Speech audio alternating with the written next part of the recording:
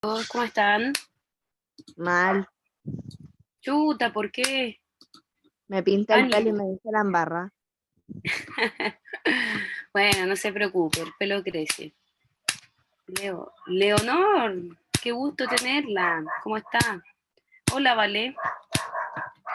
Ya. Ah, no, se le ve excelente, Clarisa. Te ves muy No, bien. Sí. Hola, Mateo.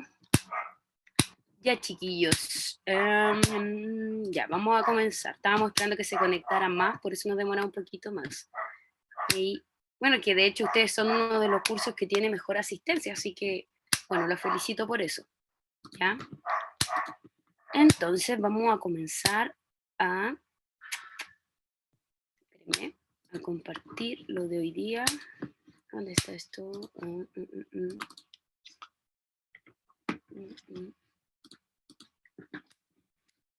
Ya, a ver, denme un segundo. Denme un segundito.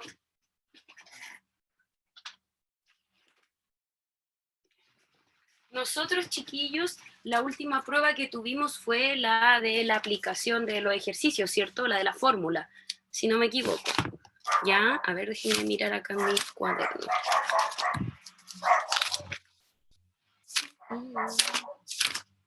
Octavo. Ay, se me perdió. Octavo. Octavo. Ya. Hay varias personas, chiquillos, que aún me deben la prueba. Ya. Si están por ahí, Javier Almuna, Camila Álvarez, Keira, Alexis Díaz, la Leonor, la Francisca González, Martín González, Benjamín Leiva, la Clarisa, creo que la Javiera me las dio, sí. El Sebastián Olivares y la Constanza Toledo, ¿ya? profe, Dígame, ¿cuándo le puedo dar las pruebas? cuando usted se sienta preparada para darla, si quiere la puede dar hoy día mismo, se la puedo activar mañana, cuando usted quiera, ¿ya? ¿Ah, la puedo dar hoy día? Sí, sí, termino la clase y se la activo, ¿ya? Ya. No hay problema. Ya, chiquillos, hoy día vamos a comenzar a... Espérenme. La primera nota del segundo semestre es la prueba déjeme ver, si no me equivoco, de los circuitos, si no me equivoco, no sé, espérenme, tengo anotado acá. Sí, que fue el 29 del 9, ¿ya? Esa es la primera nota del segundo semestre, ¿ya? Entonces, chiquillos, como les decía, hoy día vamos a comenzar una nueva unidad, ¿ya? Bueno, a todo esto recuerden que mínimo por cada ramo son 4 notas, ¿ya? Entonces nosotros ya en el segundo semestre llevamos 2 y ahora en esta nueva unidad que es completamente ligada al área de la química, ¿cierto? Vamos a tener nuestras 2 notas restantes, ¿ya? Entonces aquí yo quiero que pongan bastante atención porque es donde vamos a comenzar a ver contenido nuevo, ¿ya? Si bien nosotros probablemente, bueno, los que están conmigo desde sexto básico, hemos hablado un poco en algunos momentos sobre el átomo, ahora en esta unidad vamos a empezar a profundizar mucho más sobre el átomo, estructura atómica, quiénes fueron los principales exponentes, ¿cierto? Los creadores, de cierta forma, del concepto de átomo, etcétera, ¿ya? Hoy día más que nada es eso, se basa en eso, conocer las principales características de un átomo, ¿sí? Y no tan detallado, sino que nombrarlo solamente quiénes fueron sus principales descubridores, ¿ya? Que fueron obviamente más de uno, que fueron descubriendo características del átomo, ¿cierto? Como neutrones, protones, electrones, formas del átomo, etcétera. Modelos atómicos. No sé si han escuchado eso, ¿ya? Entonces, primero tenemos que partir, obviamente, con el concepto de átomo, ¿cierto? Entendiendo de qué es el átomo, ¿ya? Y al igual que podemos hacer un símil, ¿cierto? Con el tema de la célula en biología, el átomo es la partícula más pequeña, ¿sí? Que compone un objeto, ¿sí? Y que se puede dividir la materia, ¿ya? Por ejemplo, si yo tengo una hoja de papel, espérenme. Ok, Matías. Si yo tengo una hoja de papel, ¿cierto? Y la corto en varios pedacitos, se supone que el átomo de ese papel va a ser cuando yo corte hasta el último pedacito de papel, o sea, hasta que ya no puedo seguir cortando ese papel, ese pedacito pequeñito, ¿cierto? Va a ser mi átomo, ¿ya? Que es lo máximo en que se puede dividir un material o un objeto, ¿ya? La palabra átomo, chiquillos, tiene digamos de cierta forma, dos definiciones cuando tú partes la palabra, ¿cierto? A significa sin, ¿cierto? Y tomos significa división. Por lo tanto, la palabra átomo significa sin división. ¿Y a qué se refiere eso? Principalmente que un átomo está compuesto por distintos elementos que los necesita sí o sí, como lo son los electrones, los neutrones y los protones. ¿Ya? Eso en este caso son principales en el átomo y hace que este no tenga la división, ¿ya? Pero cuando yo les decía que la definición de átomos es la partícula más pequeña que se puede dividir, solamente estoy haciendo referencia a cómo yo llego a esta partícula pequeña, ¿ya? Pero un átomo en sí, no se puede dividir, porque es lo más pequeñito, es a lo que llegamos, a lo máximo, ¿ya? No sé si se entiende más o menos la idea. ¿Profe? Principalmente... ¿Ah? ¿Alguien pidió la Sí, palabra? Ya, cuénteme. el átomo compone todo lo que objeto. Exactamente. De hecho, aquí abajo justo eso le iba a decir. El átomo es, bueno, de hecho, un objeto o cualquier cosa, ¿cierto? Está compuesto por millones de átomos, ¿ya? El átomo es como la unidad fundamental. Como por ejemplo en biología, la célula es la unidad fundamental del cuerpo, ¿cierto? El átomo es la unidad fundamental de un objeto, ¿ya? No de un cuerpo, sino que de un objeto, no del cuerpo humano, sino que del objeto, ¿ya? Porque del cuerpo humano, recuerden que es la célula, ¿ya? Cada vez que nosotros pensemos en qué conforma un objeto, ¿cierto? Tenemos que pensar que son millones de átomos, ¿ok? ¿Sí? Ya. Espérenme. ¿Profe? Entonces, dígame. ¿Sería un objeto inerte, no vivo? Exactamente, sí. Sí, porque al final es todos los cuerpos que nos rodean, ya sean, no sé, muebles, escritorio, silla, cama, etcétera, ¿ya? Todo lo inerte, de cierta forma. Pero también en este caso podemos encontrar otros no inertes, o sea, cuerpos vivos, ¿ya? Y cómo lo podemos ver en los estados de la materia, ¿ya? Y puede ser también en el tema de las plantas, ¿sí? Pero generalmente y principalmente se encuentra en los objetos inertes, ¿ya? Que son todo lo que nos rodea, ¿sí? Como les decía, ¿dónde se encuentran? ¿Cierto? En realidad lo podemos encontrar en cualquier lado, ¿sí? Porque como bien les dije, es todo lo que nos rodea, ¿ya? Pueden estar en distintos estados de la materia, ¿cierto? Sólido, líquido o gaseoso, ¿sí? Y nosotros principalmente no lo encontramos como átomo en sí, sino que lo encontramos como moléculas, ¿ya? ¿Qué es una molécula? Una molécula está formada por muchos átomos, ¿ya? Por ejemplo, esto es una molécula y si yo me doy cuenta está formada por varios átomos que son las pelotitas, ¿ya? Entonces tenemos el concepto molécula, que es un poco más grande, y que dentro de esta molécula está conformado por distintos átomos. Y el átomo es, en este caso, el concepto más relevante para describir las características de un objeto. ¿Ya? ¿Por qué? Porque es la unidad fundamental y principal. ¿Ya? Tenemos que un átomo, chiquillos, posee una estructura, obviamente. Ya la estructura tiene que ver con el núcleo y la corteza. La corteza es lo que va por fuera, ya el alrededor. Aquí podemos hacer un símil con el tema de la Tierra, ¿cierto? Que la Tierra también tiene una corteza y un núcleo, ¿ok? La corteza de un átomo tiene relación con los electrones, ¿ya? Todos los electrones se encuentran en la corteza del átomo.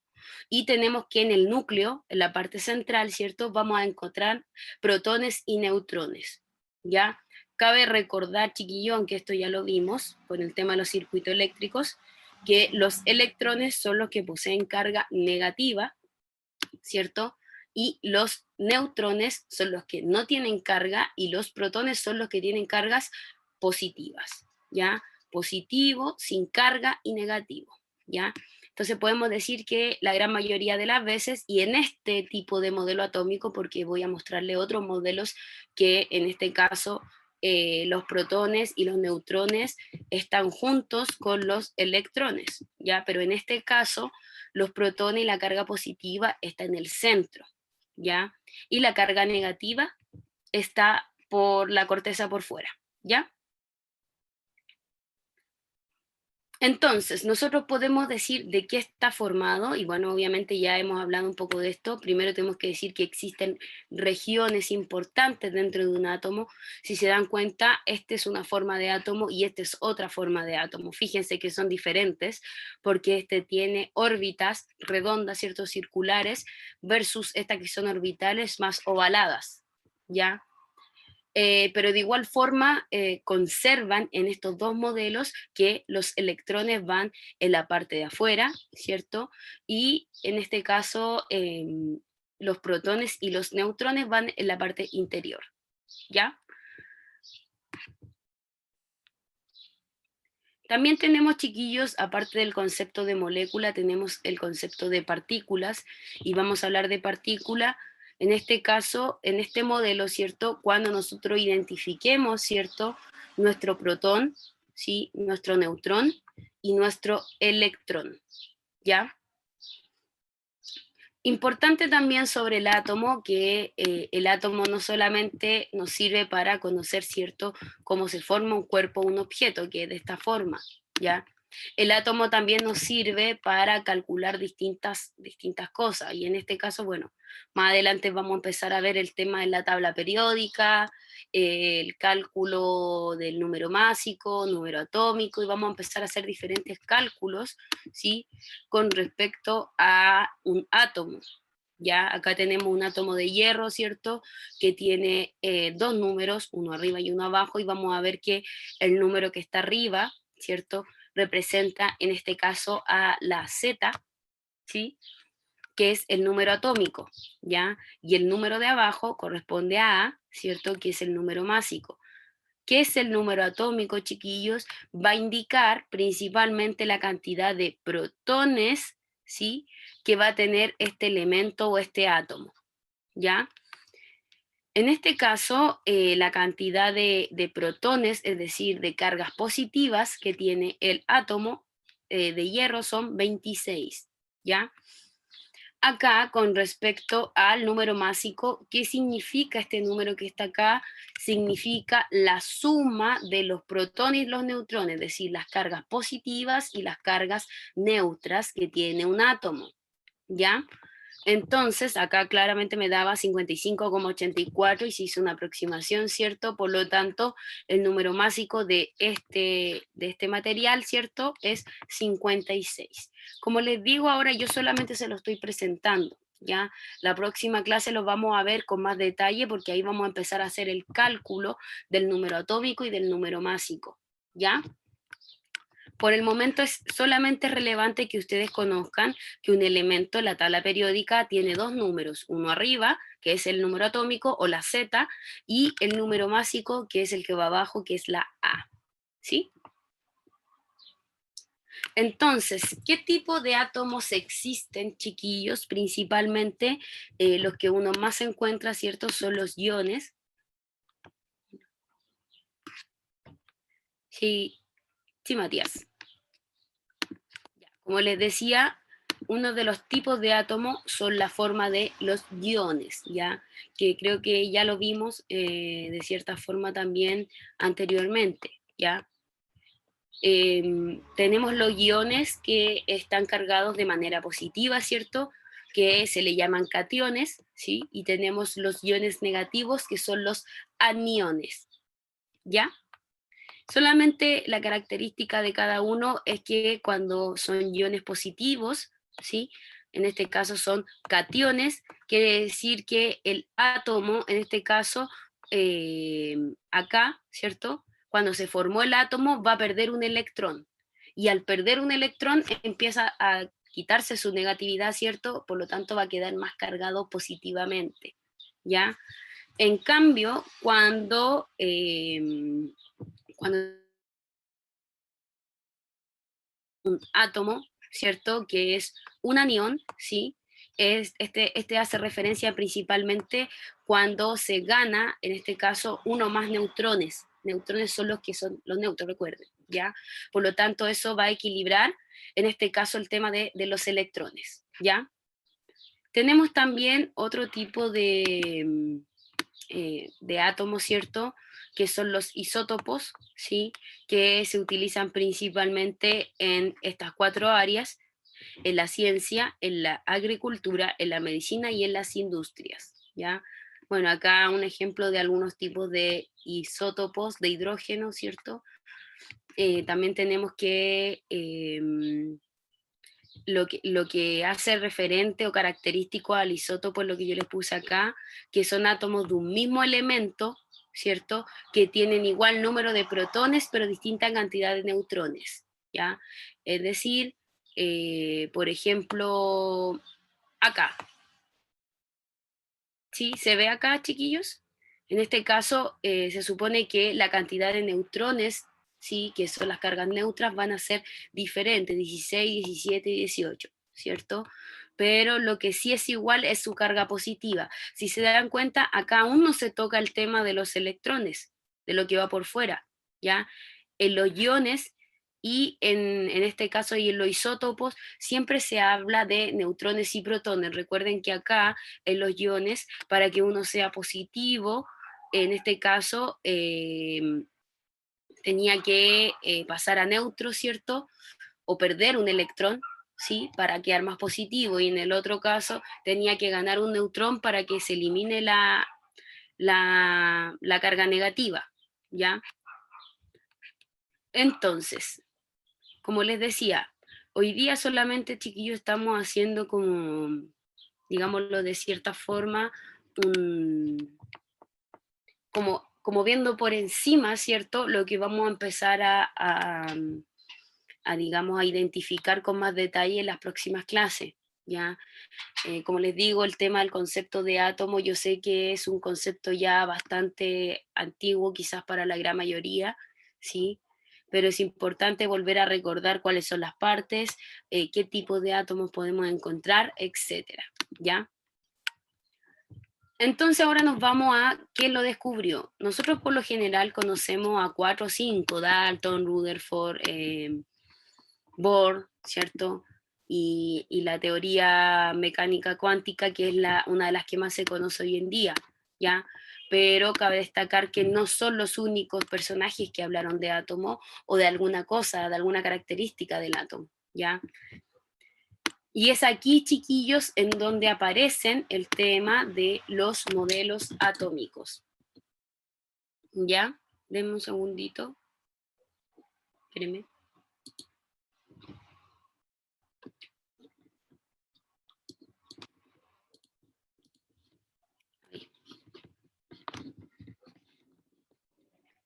Ay, que me salió la pantalla. ¿Qué hice?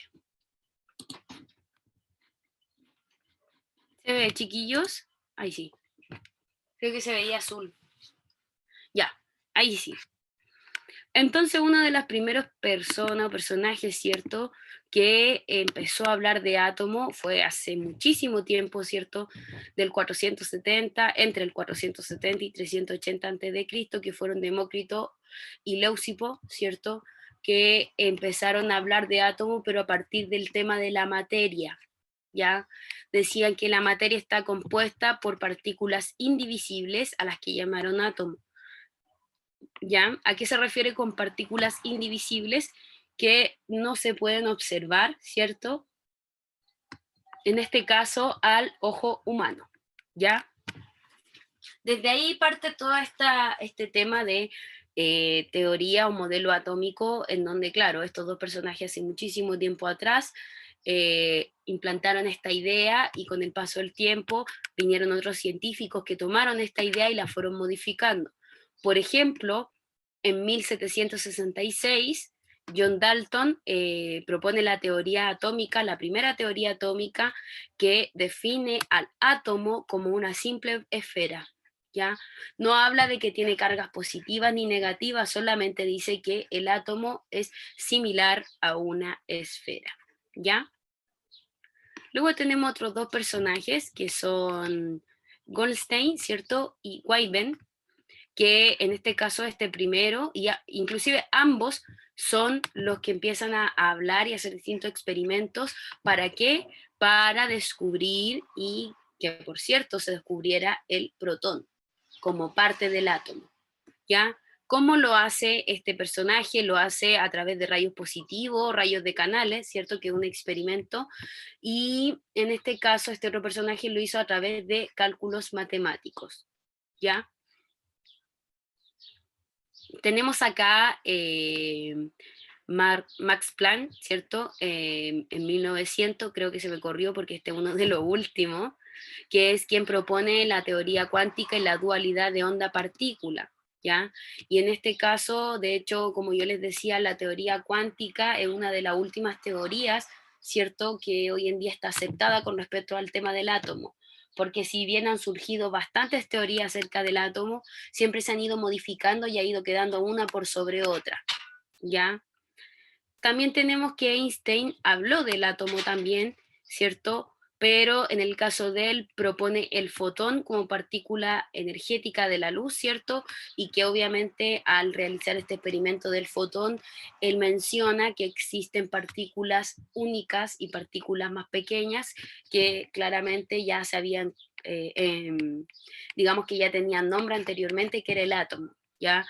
En este caso, estos dos personajes vienen, ¿cierto?, de cierta forma a, digamos, a validar las teorías anteriores, ¿ya? Porque todavía no se habla de que se le agrega o no, ¿cierto? Si se habla de protón o electrón, de la forma, etcétera, ¿ya? Luego tenemos acá uno de los personajes también bien relevantes, ¿cierto? Que se habla bastante de él en las teorías, ¿sí? Que es Joseph Thomson, ¿sí?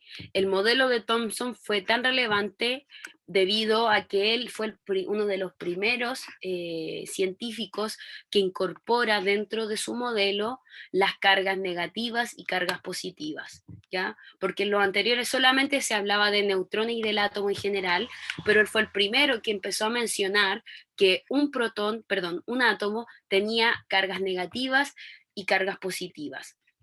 ¿Cuál era su modelo? El modelo de él, probablemente ustedes lo encontrarán por ahí como el modelo de budín de pasas. ¿Y por qué? Porque él decía que esto era como una torta, ¿cierto? Y en donde una torta, ¿cierto?, con cargas positivas, en donde las pasas se incrustaban y eran las cargas negativas, ¿ya? Este es sumamente importante, chiquillos, este modelo que él dio, no solo porque empieza y comienza a hablar de cargas positivas y cargas negativas, sino que a partir de él se empiezan a generar nuevas teorías, ¿ya? De todas formas, el modelo de él después más adelante queda erradicado, ¿ya? Porque se dice después de que las cargas negativas no están incrustadas en las cargas positivas, sino que las cargas negativas, en este caso son los electrones, van alrededor del núcleo, que son las positivas, ¿cierto? Y los neutrones. Después tenemos más adelante a Robert Millikan, ¿cierto?, que él determina la carga del electrón, es decir, que el electrón es y posee cargas negativas 100%, ¿cierto?, a través de un experimento, ¿ya? Como les digo, son datos pequeños que ellos van incorporando, ¿cierto?, a teorías anteriores. Él descubrió el electrón, empezó a hablar de electrón y de protón, ¿cierto? Y acá llega este caballero y dice, mira, yo voy a empezar a hablar ahora del electrón. El electrón es aquel que tiene cargas 100% negativas. Luego tenemos este otro personaje que es bastante relevante porque él viene a hacer el cambio del modelo atómico anterior, ¿sí? Él toma las ideas principales de lo que habló Thomson para decir yo voy a hablar de lo mismo, pero le voy a hacer cambios a este modelo atómico porque yo creo que un átomo no es una bola que tiene incrustado las cargas negativas, sino que estas cargas negativas, chiquillos, van girando alrededor del núcleo y de los protones. Bueno, alrededor del núcleo, de hecho. El núcleo tiene protones y neutrones, ¿ya? Y estas cargas van girando alrededor, ¿cierto?, de este núcleo en forma elíptica, ¿ya? En forma elíptica y no en forma circular, ¿ya? Y obviamente él, para poder hablar de su modelo, se basa principalmente en que el núcleo se encuentra acá en el centro y que las partículas externas que van girando alrededor, ¿cierto? No pueden juntarse con las positivas y con los neutrones, ¿ya? Luego de que él diera su teoría, ¿cierto? Aparece otro caballero 2 años después, que es Niels Bohr, que viene nuevamente a cambiar, ¿cierto? El modelo atómico, ¿ya? El modelo hoy en día de la mecánica cuántica, ¿cierto? Es bastante parecido y similar al de Niels Bohr, ¿ya? Solamente se le hacen algunas modificaciones, pero a grandes rasgos es lo mismo. ¿Y qué es lo que él propone? Ya propone este modelo que se le llamaba el modelo planetario. ¿Por qué? Porque se dice que existen distintos planetas que orbitan un núcleo, ¿ya? Y en este caso los distintos planetas que orbitan este núcleo vendrían siendo las cargas negativas y obviamente, como también se mencionó en la anterior, las cargas positivas son las que están en el centro, cargas positivas y cargas neutras, ¿ya? Si se fijan, ¿cuál es la principal diferencia entre ambos modelos, entre Rutherford y Bohr? Es la forma en que circulan las cargas negativas por el exterior, ¿ya? Acá es de forma orbital y acá, es de forma circular, ¿ya? Luego tenemos a otro personaje que es Sommerfeld, ¿cierto? Que propone la existencia de algunas órbitas elípticas, ¿cierto? Pero que se encuentran fuera de las órbitas normales. Es decir, yo tengo mis órbitas normales, ¿cierto? Pero también existen otras órbitas elípticas que rodean acá el núcleo, ¿ya? Este es como que mezcla, ¿cierto? Un poco tanto la de Niels Bohr, ¿cierto? Como la de Rutherford, ¿sí? Bueno, al fin y al cabo tampoco tuvo mucha validez porque se hicieron bastantes estudios y se dijo que no se podían mezclar ambas orbitales. O era orbital de esta forma, ¿cierto? Así, elíptica, o era simplemente circular. Ya no se podía mezclar ambas, por lo tanto se desecha la idea de este personaje. Tenemos luego a Louis de Broglie, ¿cierto? Que en este caso él propone y demuestra matemáticamente que existe una dualidad de la onda y partícula con respecto al electrón. Ya él empieza a hablar, ¿cierto?, del electrón nuevamente y cómo se da esta dualidad, ya entre la orbital, ¿cierto?, y la partícula en general. ¿Para qué le sirve esta partícula? ¿Ya? Luego tenemos a un personaje más actual, ¿cierto? Y aquí ya ellos empiezan no solamente a hablar de las características del neutrón o del protón, porque se supone que ya están y no necesitan modificaciones, sino lo que ellos empiezan a hablar ahora es sobre el movimiento y la posición de cada electrón, de cada neutrón o de cada protón. Ya en este caso, este personaje empieza a hablar sobre la posición exacta del electrón, ¿ya? En qué momento se mueve hacia un lado o hacia otro, ¿ya? Luego tenemos, este también es un poquito más actual, ¿cierto? Bueno, de hecho él es de la misma fecha que el anterior, ¿sí? Es un científico alemán que propone una de las ecuaciones llamada la ecuación de la onda, ¿cierto? Que en este caso, ¿para qué es esa ecuación de la onda? Es para calcular las orbitales de un átomo, ¿ya? Si bien, fíjense, ahora ya no se centra en el núcleo ni en los electrones, sino que ahora se centra en saber cuál es la cantidad de orbitales que posee un átomo, ¿ya? En dónde hay mayor probabilidad, en qué orbital hay mayor probabilidad de encontrar un electrón, ¿ya? Y finalmente tenemos a James, ¿cierto? James Chadwick, que es el que demuestra finalmente la existencia, ¿cierto? Y esto estamos hablando de 1932, no es tanto tiempo atrás, o sea, ustedes dirán, sí, es harto tiempo, pero en la ciencia no lo es, ¿cierto? Porque si uno mira atrás, no es tanto, ¿ya? Es el que demuestra realmente la existencia de los neutrones y la comprueba, porque hasta el momento solamente se había hablado, ¿cierto?, de protones y neutrones, perdón, de electrones y protones, pero no se había tocado ni mencionado el tema, ¿cierto?, de los neutrones, que son las cargas neutras, que si bien uno puede decir son átomos que no poseen carga, entonces uno puede decir no tiene ninguna validez, no tiene ninguna importancia dentro de un átomo, al contrario, siempre cumplen una función bastante relevante con respecto al átomo, ¿cierto? Y en este caso es cuando un átomo pierde o gana electrones, ¿ya? Los neutrones van a ser bastante relevantes a la hora de decir si el átomo quedó positivo o quedó cargado de manera negativa, ¿ya? Entonces,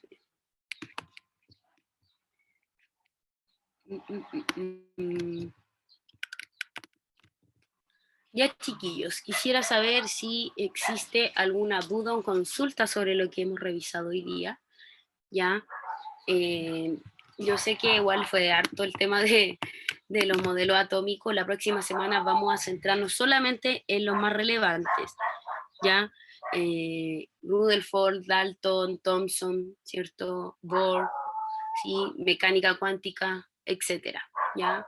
Son como entre 5 y 6, ya que son los que vamos a trabajar y son al final los que dieron paso y dieron cambio para las nuevas teorías y las teorías actuales, ¿ya? Eso, chiquillos. ¿Alguna duda o consulta sobre lo que acabamos de hablar? ¿No? Profe, Dígame. ¿cuál es la definición de un ion? Es que vimos el ion positivo y negativo, pero ¿qué es ion? Ion es una partícula cargada, nada más. Cargada, o positiva o negativa, que posee cargas. ¿Ya? ¿Alguna otra duda o consulta? Otra, profe. Dígame. ¿Qué hacen las cargas neutras? Ya, mira, en este caso, como yo les mencionaba, las cargas neutras en este caso ayudan en el caso de que un ion o una partícula esté negativa, ayuda a que pueda pasar fácilmente a una carga positiva. ¿Cómo puede pasar a una carga positiva? Neutralizando el núcleo. Y en este caso es cuando un electrón, por ejemplo, o sea, un átomo, ¿sí?, pierde un electrón o dos electrón o más electrones, ¿cierto? Lo que hace ahí el neutrón, obviamente como que potencia, ¿cierto?, las cargas positivas que están en el centro. Lo vamos a llevar a ver como más concreto. Tenemos un átomo con 6 cargas negativas, 6 electrones, ¿ya? Tenemos con 5 cargas positivas en el núcleo y tenemos 2 cargas neutras, ¿ya? Tenemos los 6 electrones y vamos a decir que este átomo va a perder estos 2 electrones. Va a perder 2 electrones, por lo tanto le van a quedar 4, ¿ya? Vamos a que pierda uno nomás, para que quede igual. Entonces va a quedar 5 electrones, ¿ya? Recuerden que yo les dije que tenía 5 protones también. Ahí vemos que está, en este caso está neutro, ¿sí? Pero puede ser que también haya quedado cargado positivamente al hecho de haber perdido, ¿sí? ¿Y qué es lo que va a hacer en este caso el neutrón? En este caso va obviamente a neutralizar y va a quedar más cargado neutro, ¿ya? No sé si se entiende más o menos. Lo que hace es que no deja que sea positivo, sino que quede neutro, simplemente. Porque recuerden, si pierde un electrón, dos electrones, lo que sea, pero pierde electrones, ya se habla de un átomo que queda positivo, por el simple hecho de perder electrones, ¿ya? Si un átomo gana electrones, va a quedar cargado negativamente, por el simple hecho de aumentar su cantidad de electrones, ¿ya? Y en el caso de los neutrones jamás se van a perder o ganar, sino que siempre van a estar la cantidad fija, ¿ya? ¿Y qué es lo que va a hacer el neutrón? Va a potenciar, ¿cierto? En este caso, la positividad del núcleo, ¿ya? No sé si se... Espérenme. No sé si se explica un poco ahí. ¿Ya? Bueno, un tema un poco más complejo de analizar, ¿ya? Pero traten de quedarse con que el neutrón, ¿cierto?, ayuda a aumentar la positividad, ¿cierto?, de un átomo, ¿ya? Más que eso. Esa es la finalidad del neutrón en este caso. Ayuda a aumentar la positividad de un átomo o simplemente dejar un átomo neutro. Que es casi difícil encontrar átomos neutros, ojo ahí, porque siempre un átomo va a ser o positivo o negativo, ¿ya? Es bastante difícil encontrar un átomo que esté completamente neutro. Puede que esté neutro, pero cambia de estado rápidamente, ¿ya? Cambia positivo a negativo de manera muy rápida, ¿ya? ¿Sí, Álvaro? Profesora, Dígame. es que me preguntaba cómo un neutrón va a potenciar si es neutro. En el caso de potenciar me refiero a que ayuda como a ver, como dejar estable, digamos, ¿ya? A eso me refiero, no, no es que le cambia la carga, sino que estabiliza, es como una especie de estabilizador, ¿cachai? Entonces, de hecho, al ser neutro, no aporta ni positivo ni negativo, solamente como que estabiliza, si da un stop, ¿ya? A eso me refiero como que potencia. Y en el caso, claro, de cuando un objeto queda más positivo, potencia, entre comillas, la positividad, porque obviamente pone como el stop ahí, o sea, no va a ayudar a que quede negativo, sino que va a ayudar a que quede hasta ahí nomás. Y si queda hasta ahí nomás, obviamente en el caso de que sea positivo, ¿ya? Y en el caso también puede ayudar a potenciar la negatividad, ojo ahí también, porque si un átomo queda negativo, ¿cierto?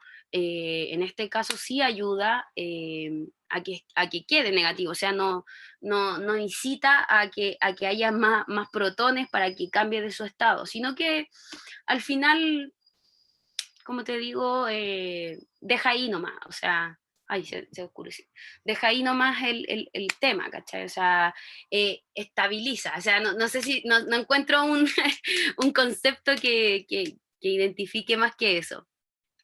No sé qué otra cosa podría ahí agregarle. ¿Existe, chiquillo, alguna otra duda o consulta, Álvaro? O Mateo ahí que lo estoy viendo. Profesora, Ujú. cualquier duda se le pregunta al correo.